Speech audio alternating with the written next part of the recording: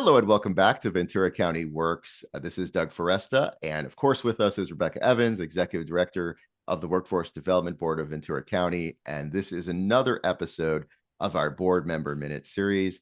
In each episode, we sit down with one of our Workforce Development Board members to learn more about their background, their connection to the work, and the unique perspective they bring to Ventura County's workforce system. Today, we are joined by a board member who represents the governmental, economic, and community development entities category. The Port of Hueneme plays a major role in our local economy, and our guest today helps connect the port, the community, and our workforce system in meaningful ways. We are pleased to welcome Miguel Rodriguez, Director of Community Relations and Workforce Development at the Port of Hueneme. Miguel, Rebecca, welcome. Thank you. Thank you. Thank you so much, Doug. Thanks for that great introduction. And Miguel, for you and the Port of Hueneme, thank you very much for taking the time to be a part of Board Member Minutes. I've been inspired hearing you speak in a variety of meetings. You and I cross paths quite a bit, serving the community. And I know you have a history of working with other organizations deeply rooted in the communities of Ventura County. So we're happy to hear from you today and have you share some of that here on the podcast. So, Awesome. yeah, thanks. Let's start with a little bit about you. And I know that's usually, even if you're doing a PowerPoint presentation about something, you're very good at taking that human-centered approach and sharing a bit about yourself. So if you could just start us off with that.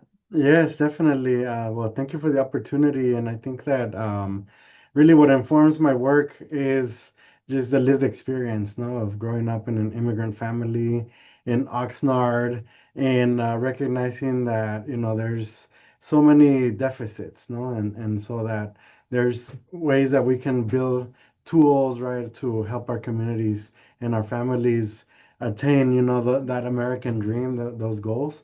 But a lot of it just comes from being involved, right? And recognizing the importance of public institutions, public agencies, educational institutions as well, so that we could create this pipeline or this ladder for folks to get into opportunities and into industry overall.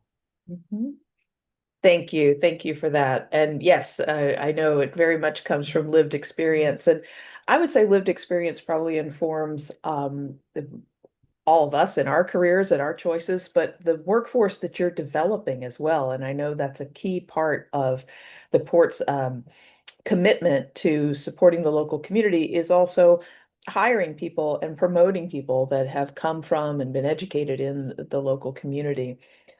You spent many years working with community partners, labor representatives, industry stakeholders, community-based organizations. What inspired you to pursue this particular path in public relations and workforce development? I think it goes back to as a kid, my parents were farm workers, and also at some point we were street vendors, no, and so recognizing the needs, no, for people like that were in our level, no, and thinking about like, okay, what are the pathways that we could take out of poverty, no, and so thinking about just like what in itself, what are the skills that are transferable that I need to build in order to get folks like myself into opportunities. And one of the things that I recognized very early on was that because I was the kid that learned how to speak English in the neighborhood and learned how to read and write it, all these adults would come and ask my mom if, they could use me to go and like buy a car or sometimes, arrange a funeral or do some type of, um, whatever it was, right, process, no? And so I learned a lot during those years. But I also, later on in reflection, right, I realized that the importance of having Miguel there was that I helped give a voice to folks who wouldn't ordinarily have one, no? Mhm. And thinking about that, right, the trajectory that I took on was, I went to work for a local nonprofit doing social justice work and learning about the political process and civic engagement, and then also like developing grassroots leadership, no? And later on, like learning about like policies and researching these policies and developing a consciousness, but also a frame of reference or like a worldview that in a way has shaped a lot of my trajectory, right? Or the way that I see how this work gets integrated. And how we're supposed to like do the work for people that were once, in where I am, no, or Mhm. beyond. So just putting all that into perspective, right? I think that learning very early on, just how the world worked for people like myself, and later on being able to say, hey, I'm ready to take this step into the nonprofit world. And then learning at the nonprofit world, like, hey, you know what? The only way that we're going to fix this is through systemic change. So let me move on to doing county public agency work, right? And then learning that there's only so much you could do there unless you get grants or unless you get, these initiatives. Recognizing like, wow, maybe what I need to do is innovate, right? And in innovation comes, the development of this vision for what is it going to take for us to get where we need to go as a community. And I've been really blessed, and this is just part of probably of the conversation later, but that I wasn't looking to do this work. Rather, the work just kind of just like started falling, on my pathway, no? And I was able to recognize it, no? And so working with unions, when I worked at the county, one of my big things was I always wanted to be a union shop steward, right? And learn about that. And then when I went through my formal education, I went to UCLA and I got my degree in labor policy and research, no, and then also getting my Spanish degree, and so all of this just kind of came together, and the product is hopefully someone that is maybe not necessarily at the forefront, right, in our community, but as a tool, right, that can help leverage whatever we can leverage so that we can get these benefits, no, in these jobs. Mhm. Yes. And I would say it, wise of the Port of Hueneme to bring you on board in the position that you're in, given the goals of the port. The port wants to be a community partner. The port, provides a very necessary function in Ventura County, bringing imports, mostly, the big thing it's known for is the automobiles and produce, the fruits and the vegetables from all over the world, and then, and then what we also share with the world. Um, but I would say, I know the port also has initiatives to make sure that the air quality is good around the port because there are neighborhoods. People live right there, right by where everything happens. And it's a beautiful community, right by the Pacific Ocean. So I think bringing on you, being a person with deep roots in the community, the diverse experience in your career, being able to be that liaison between the business of the port and the heart of the community. I see and hear how you do that. Like you represent the company, you represent the organization, as multifaceted as it is, and you also represent the community very well. Thank you. Before we get into the lightning round questions, which we will in a minute, do you want to say anything else? Do you want to share just any little summary of the workforce development efforts that are going on Yeah, at the port? yeah, I would love to, and honestly, it's something that gets me very excited, right? Because like I said, I never planned to do this. I literally came to the port to start their community outreach department, which was like, let's do port promotion and let's have a booth at this event. But my community organizer, self was like, no, like we can create an instrument for social change, right? Like the port is, as you said, right, it's a great economic development tool, right? It creates jobs, it creates opportunities for folks to go into business, and not just locally, but internationally, right? And so having this like really minuscule frame of reference of how business works from my parents being street vendors, right? And recognizing like, all right, what is the opportunity that we can create for your street level entrepreneurs, right? And so keeping that in mind always at the base of, or as a foundational piece of my work, no? We've been able to like identify these initiatives, no?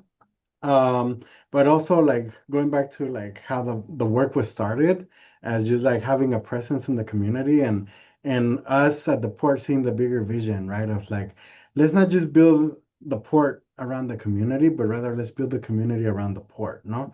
And what does that mean? That means that, like we got to open up channels, right, for folks to integrate into the logistics and maritime industries, no? And how do you do that? Well, I mean, like sometimes some people think like, oh, well, you just go apply for a job. But I mean, my experience has always been like you have to create the opportunity and then you have to hold that opportunity or hold that door open so that people are successfully able to get through, no? Um, and that's been sort of a philosophy and but also like recognizing that it's not always easy, that there's different guidelines, there's different levels, obviously, of education, of literacy, different skill sets that may not necessarily be transferable.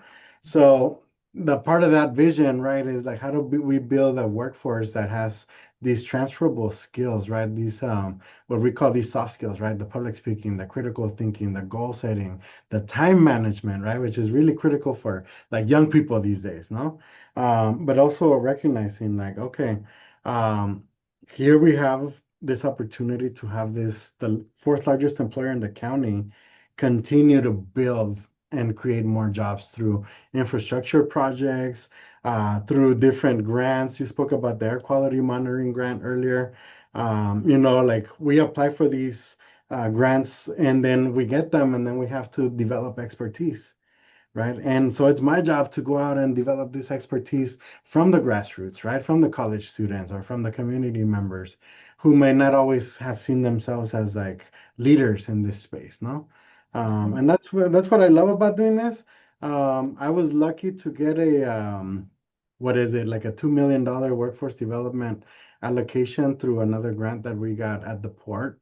And, I had created this vision, right, that one day we would have opportunities for everybody, right? And when you're telling me about like port and maritime industry work, unfortunately, not everybody can be a longshore worker, right? However, if we build the port and it becomes bigger economic engine and we create more jobs, then that means that you're opening up the door for more of those jobs, no? But also the jobs of the infrastructure development, right? The folks who are getting this expertise in building ports, who are local hire, who are being brought on by these companies that are working with our project labor agreements and our labor unions, no?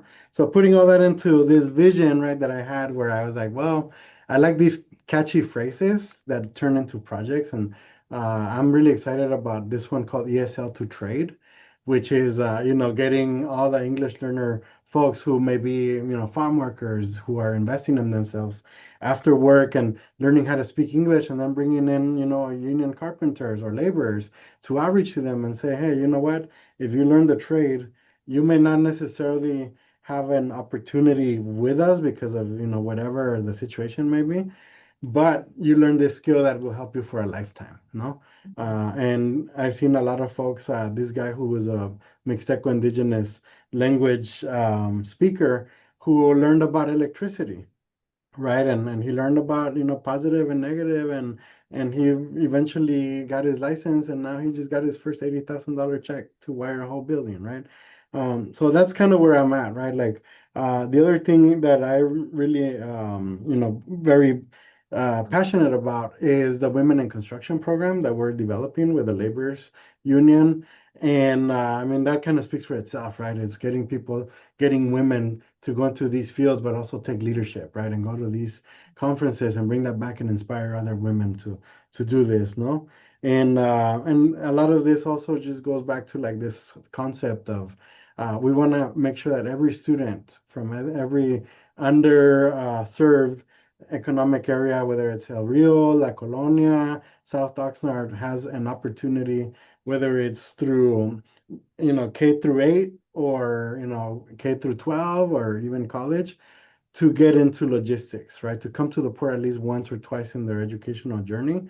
But then also when they graduate, they get, right now we just started this, a fully paid scholarship to Oxnard College for logistics, Wow. which is, Yes. I mean, when you're talking about going to apply for a job at a warehouse and you come with a certificate that's already invested in logistics and warehouse management, that's the difference between being just a regular worker and being a shop manager, right? So So these are the things that I'm really excited about doing with this kind of work.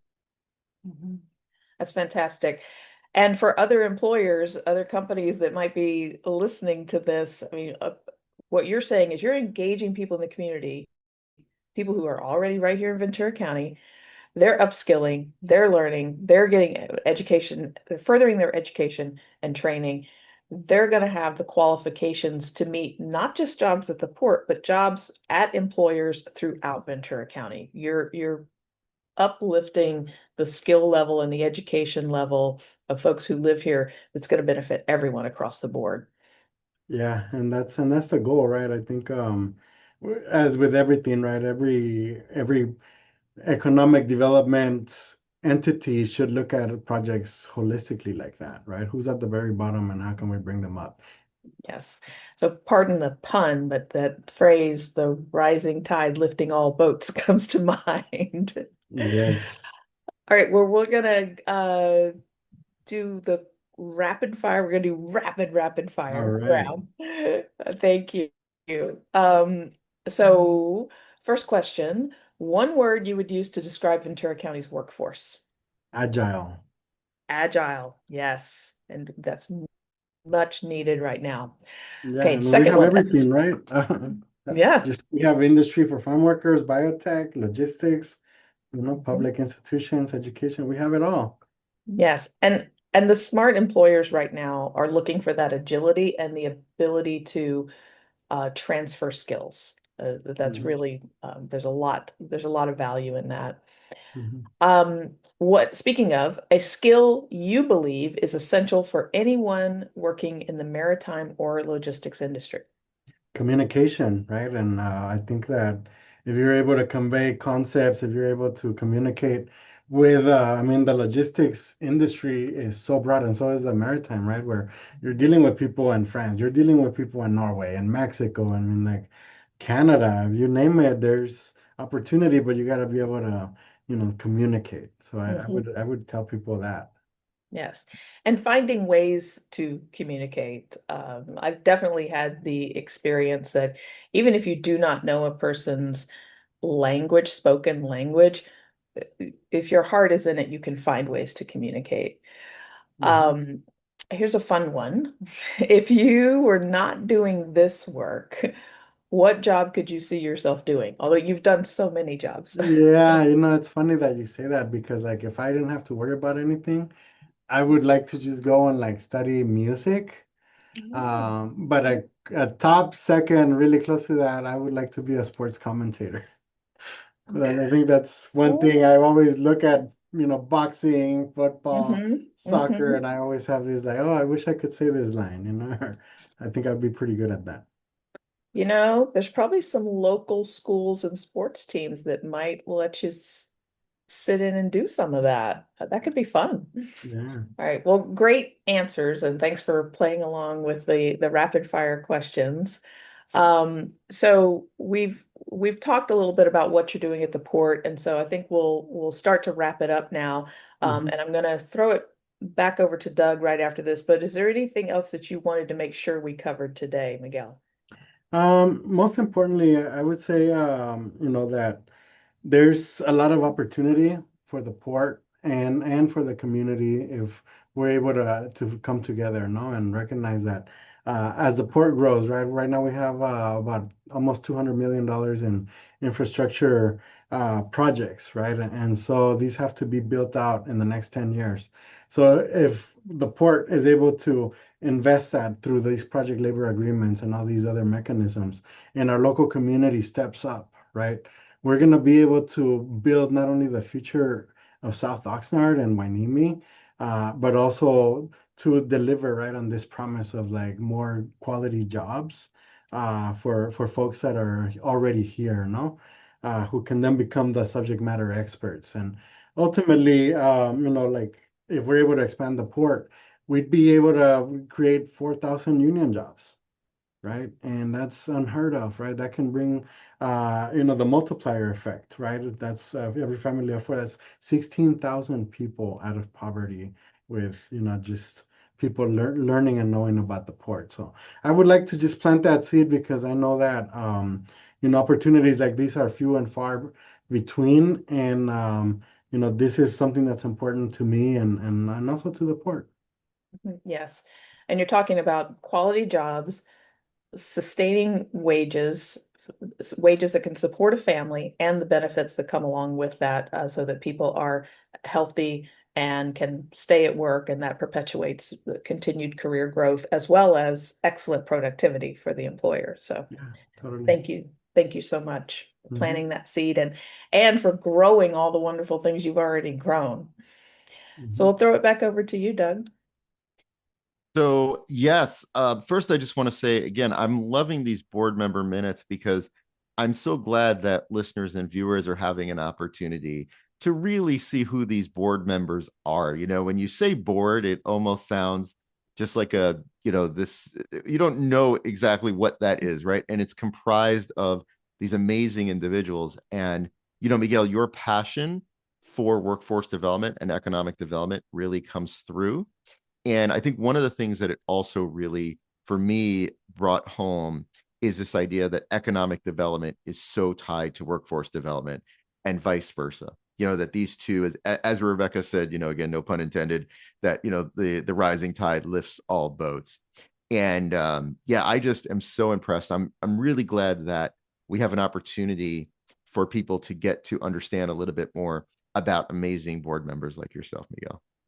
Thank you. And I'm happy that I got that opportunity right from the board to be active and also just to, bring these ideas, right? Or maybe like these ways of thinking that, other folks and we can all enrich ourselves from, no?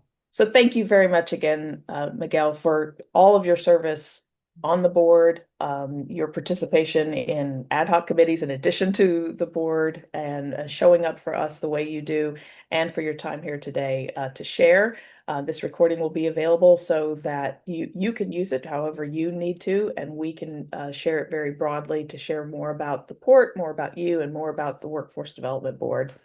Thank you, Doug. Awesome. Thank you. Thank you very much.